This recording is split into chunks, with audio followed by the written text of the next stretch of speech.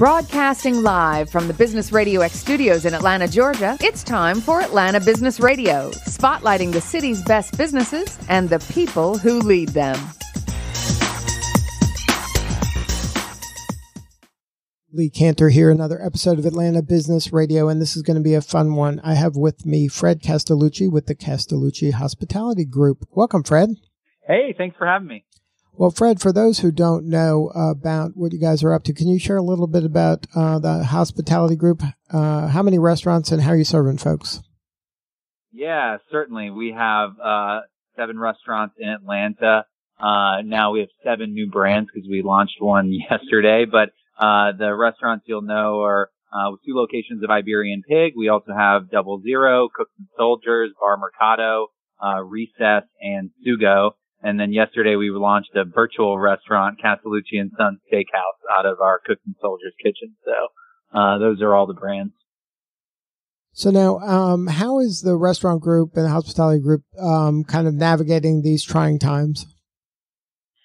Man, I mean, it is absolutely brutal. I mean, we have been kind of handed one SHIT sandwich after another in the restaurant industry as a whole, and especially upscale fine dining restaurants. You know, kind of our segment has been one of the hardest hit, and you know, with most locations closing, to be honest. But you know, early on, as the situation was evolving quickly, made a decision that we were really going to do everything we could to keep our doors open for as long as we possibly could, and keep our management team employed and working and paid for as long as we could. And so really that process started back in February when I started seeing, kind of some of the challenges other operators in other parts of the country were experiencing, specifically places like Seattle and New York. And so, as a contingency plan, I signed up all of our restaurants on Uber Eats, and thankfully, by the time we had been onboarded on Uber Eats, which is normally a 2 to 3 week process, was like the Monday that really the whole world changed, and everybody stopped going out to restaurant dining rooms. And so, we had that kind of lifeline initially, but we realized that, when sales are down in a fine dining restaurant 70, 80%, you can't make money on 30% of 30% when Uber takes their cut. So, in a very short period of time, we launched 6 e-commerce sites for online ordering and ultimately delivery through our own team in a matter of literally 3 days. And so we made the entire pivot of closing our dining rooms and becoming delivery and takeout alternatives in like less than a week from being a normal restaurant company to e-commerce delivery takeout business. Now, how do you mentioned fine dining being a particular challenge because it's so experiential and the people go there and have kind of an emotional, visceral relationship with the whole experience, not just the food. The food's an important component, but it's going out. It might be the same wait staff, the same, manager, the smiles and the, how you feel.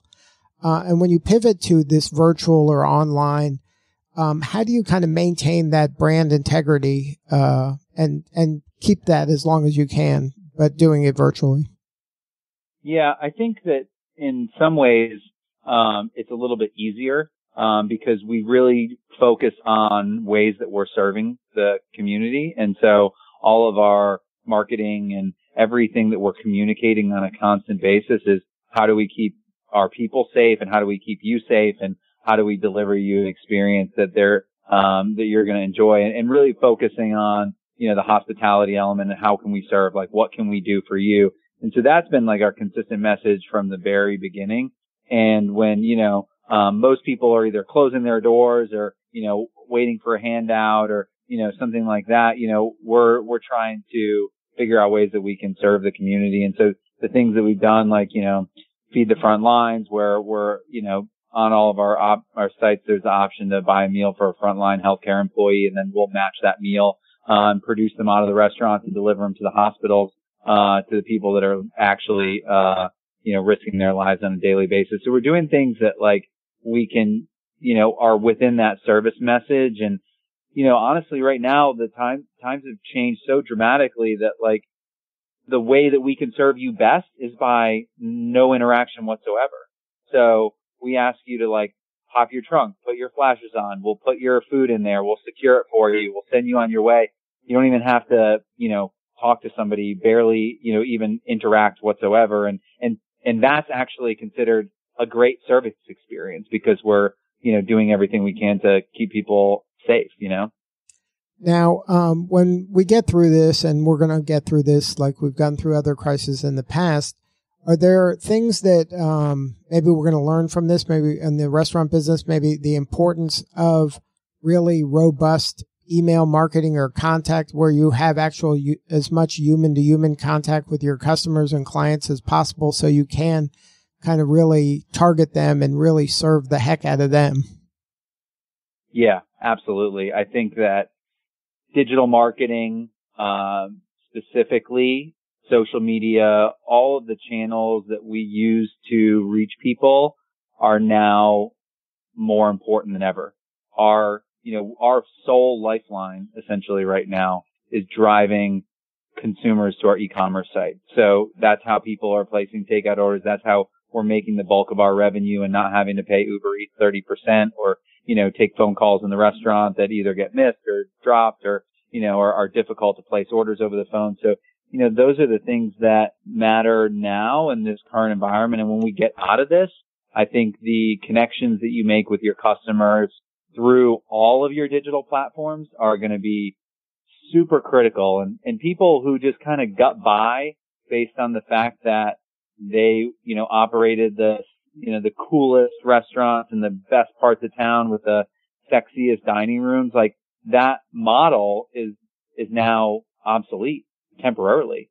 And so you have to figure out ways that you're going to, feed your consumers. And so, and I'm in that bucket too. We operate restaurants in, the best neighborhoods with some of the best, the nicest designed restaurants. And so that was kind of like how everybody competed pre-corona. And that's how it was almost like an arms race. Like who can spend more than the next guy to create the coolest dining room? Well, now nobody wants to sit in the dining room. So like, what are you competing on? And it's you're competing on your relationship with your customer, that connection, that hospitality, those digital platforms that you're connected to people on, and by the food that you are able to deliver takeout that tastes the best at the right price. Like it's kind of like a total restructuring of the landscape. And it's kind of a reprioritizing where maybe the decor and the ambiance was super high. Now it's the food and the relationship with the brand and the people that are kind of part of the neighborhood that's more elevated. That's right. Well, because people want to support the brands that they want to see survive. And so they know how bad restaurants are struggling, and they're like, well, who am I going to support? Like, we're going to support the places we really love, that when, this thing is over, that we hope they're still there. Right. And it's like, when you go to the grocery store, you see what the most popular foods are. The ones that are left on the shelf, I'd be worried if I were those brands. Yeah. It's going to be the same thing in the restaurant business. That's right. That's exactly right. So you mentioned the delivery and the to-go pick up and delivery with your menu items. Are you also doing some of these kind of have it so that I can prepare it at my house? Are you doing those meal kits as well, or is it just the food from the menu? So we launched our first meal kit last week with Recess, where you can make our most popular item, the Super Bowl, at home, which is a grain bowl that's super delicious. And then this week we launched at 00 a make your own pizza pasta kit. So we give you all the ingredients, the dough, the pasta, the sauce, and really you just are doing the final steps of cooking. So we do most of the work in the meal kit for you. And then you're able to do the final touches at home and create something that's really delicious and fresh. So that we launched this week. And next week we're launching Iberian Pigs meal kit and probably Cooks and Soldiers and Bar Mercado right after that. So, all of our brands within the next, I'd say probably week and a half to 2 weeks, will have launched meal kits in addition to like the stuff that we're doing, takeout and delivery. Now, are you doing any kind of let's say video, like have your chefs demonstrate, okay, you just bought this for your home, here's how to cook it, kind of demonstration videos? Yeah, absolutely. So that's the next piece. So now that all of our stuff is live from the meal kit perspective and on the online store specifically for Recess and Double Zero, now we're going to be producing some content to, teach people how to do it and teach them about the ingredients and what it is and why it's great and, where everything comes from and all that good stuff. So now, if you're in the neighborhood, so your means of communication is primarily through social media and your existing mailing lists and your connections with the individual patrons of those restaurants, wherever they are? Yeah, so basically anyone who's ever dined in our restaurants, given us their email address, followed us on social, and then we're also testing out text message marketing. All right. Well, congratulations on kind of battling and making it through. There's a lot of people that just kind of packed it in. I think you're of the mindset that you're going to just keep plugging away as long as you can. And I think that's the way to do it. You just have to fight. You just got to fight. Like, the alternatives are just not palatable, and so just got to do everything you can to fight. And I think that, this is going to change the world for quite some time. And, every day that we're open and fighting and figuring things out, we're adapting and learning, what works right now. And, if you just close the doors and, hope that you open someday when you decide that you're ready or you think that the world is back to the way that it was, there's no guarantee that the world is the same way when you left it, and so you just have to adapt. And I think that, I don't know, I read an article right as this kind of was all happening, and it was from Sequoia Capital about, the Black Swan event of 2020 being coronavirus, and they listed some things for their companies to kind of adhere to during this time. But one of the quotes that I keep coming back to and I keep telling my people is they said that, in a lot of ways, like business and the economy mirrors biology, and that, it's not the strongest or best that survive. It's the most adaptable.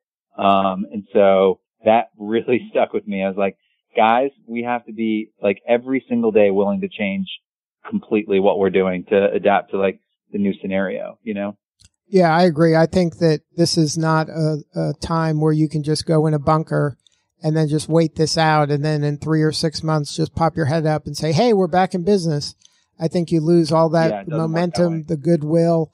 The people they're not used to going there or not used to thinking of you. So I don't think that, to me, is way more risky than what you're doing of just battling and figuring things out. Because when this passes, you're going to still be top of mind. You're going to be there. Mm-hmm. I think so. Well, I'm rooting for you. I'm a big fan of your restaurant. Thanks, man.